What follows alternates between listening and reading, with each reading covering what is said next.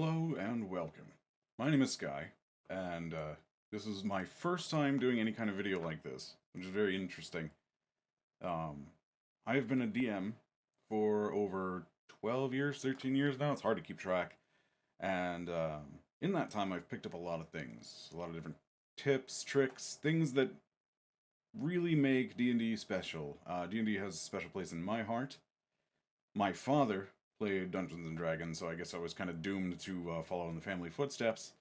However, Dungeons and Dragons kind of faced this renaissance recently, and I feel like I'm kind of on the back end curve of that. Critical Role and a lot of different mediums have come through where you have these players who have never played Dungeons and Dragons before becoming DMs, becoming players, immersing themselves in these worlds, and then thinking it's so overwhelming. And it's true, there's tons of just an overwhelming amount of information when it comes to Dungeons and Dragons. What I'm here to tell you today, and what I'm hoping that the purpose of these videos is, is basically to give you things to help make your games better. I'm not telling you how to run your game. First and foremost, that's the disclaimer coming out here. I see a lot of people who get very defensive about the way they play League of Legends. I see a lot of people get very defensive about the way they play Dungeons and Dragons. I really do. And I understand, it's if something that you're accustomed to, then nobody should be able to tell you how to play your game.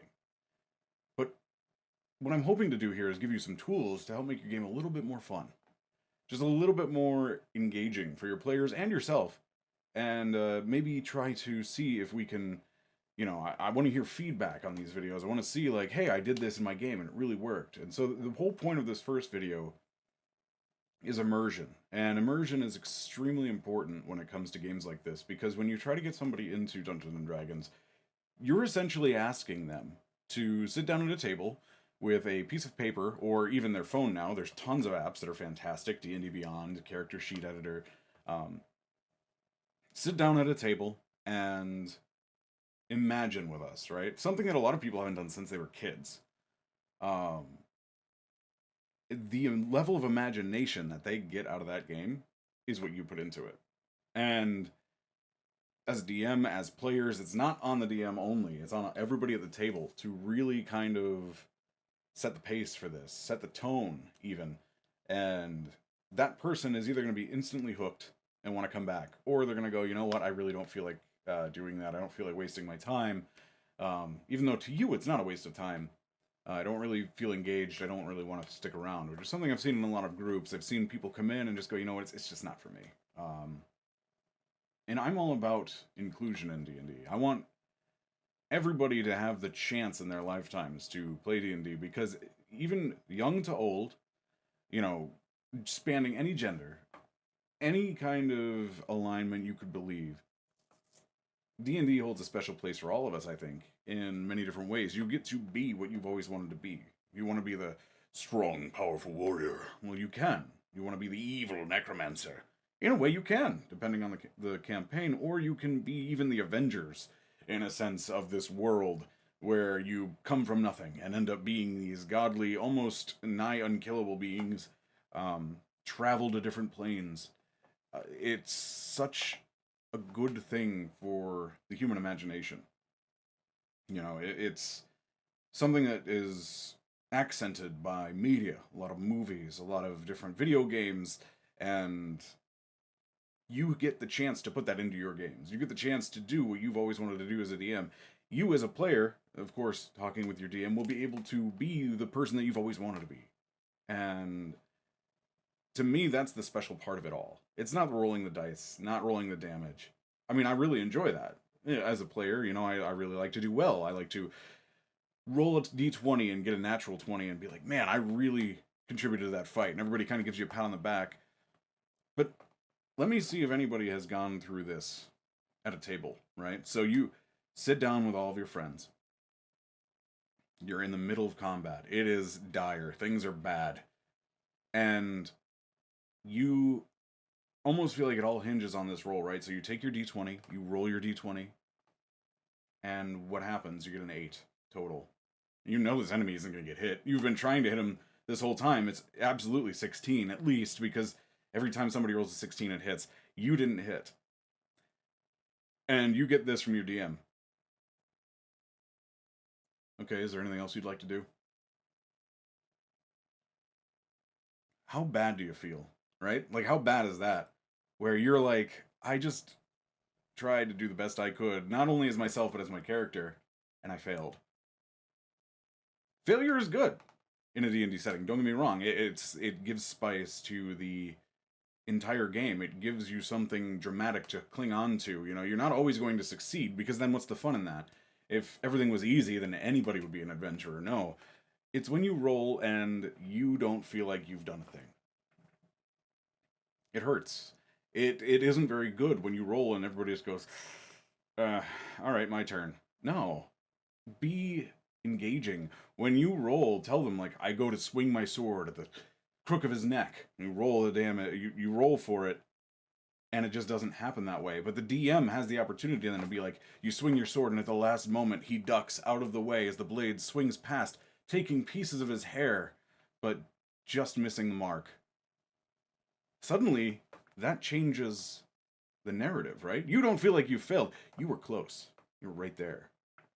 Now the fight's engaging. Now you're like, I could do this. I know I could do this. It's not disheartening to you as a player, and the DM gets to then play out this character who's then skilled in combat. It's not just hit the monster. The monster is now engaged too, because the monster is skillfully dodging these brave adventurers, and you can always have this kind of interaction where you make that game special. That session is now special. It creates memories for that moment, you know, where like you could even lead it into the next attack. So that person missed, the next person critically hits. When that villain dodged that attack, the blade goes past, he didn't see the other coming, and it hits him square in the chest. And as blood starts to pour from behind his armor, you know that you've struck a vital organ.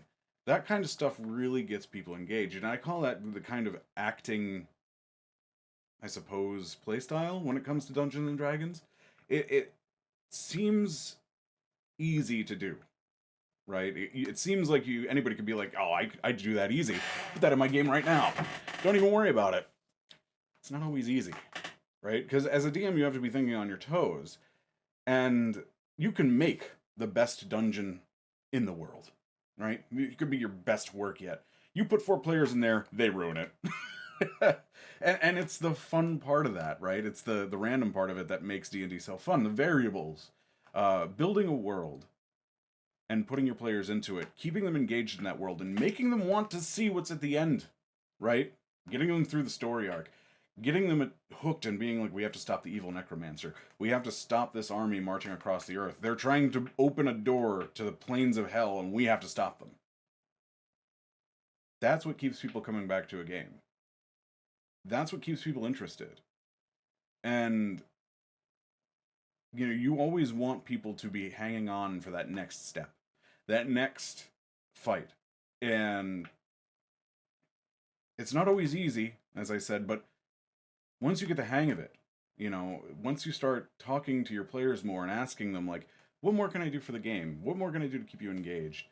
It's going to go so much better for you as a DM. I have DM'd sessions where I've had players who tell me, you know, I really wasn't feeling that. And so rather than be upset or insulted, I go, what can I do to make it better? You know, what would make this more enjoyable for you? And of course, you could only bend so far before you break, but that little bit of effort usually goes a long way. I'd say 98% of the time.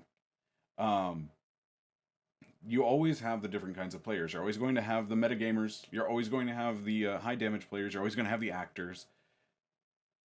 Make the appropriate challenges. Make these fights. Make your campaign specifically planned for them. What I always like to do is if I have a high-powered character, I will do something in the fight to separate them and put them against a very large, badass enemy while everybody else is acting out what they're doing, because it gives them this feeling of like, all right, I'm doing exactly what I need to do. I'm holding off the big bad, and my friends are doing what they need to do to get this dungeon solved. Like, I see a lot of people banning things from games, you know, different races, different features like flying, and just remember that your monsters can think too.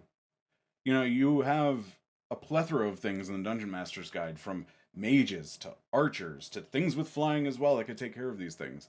Challenge yourself. Challenge your players. That's the point of the game.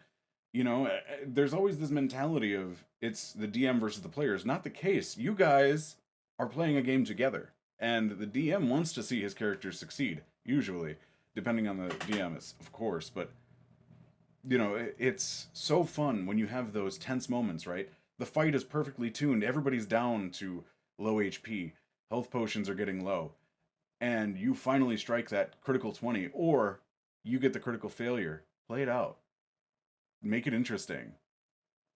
You might be really excited to find out what your players think about when the game is done.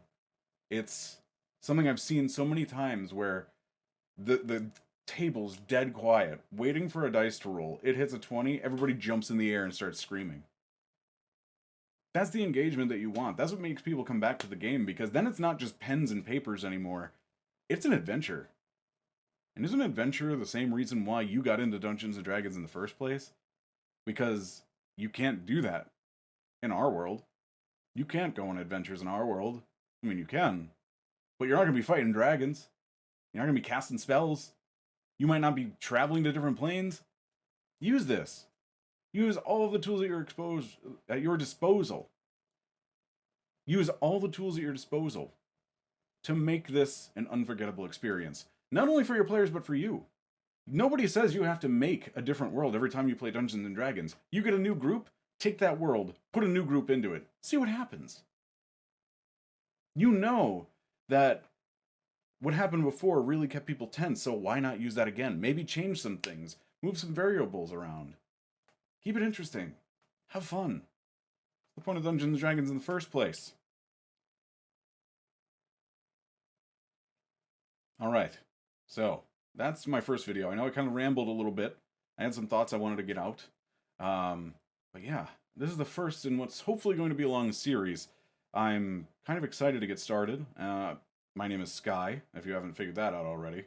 I do a lot of different gaming videos and things like that. I have a Twitch stream, which will be in the comments below, or not the comments, but of course the video description, wherever the hell it is. I'm not used to this, but I'm excited to get started. And I would really appreciate it if you guys would like the video, subscribe if you haven't already. And yeah, I look forward to having some more stuff. If you have any questions for me, put them in the comments, because I will read every single one of them. And in the meantime, take care of yourselves. Don't be sick. Have a great day.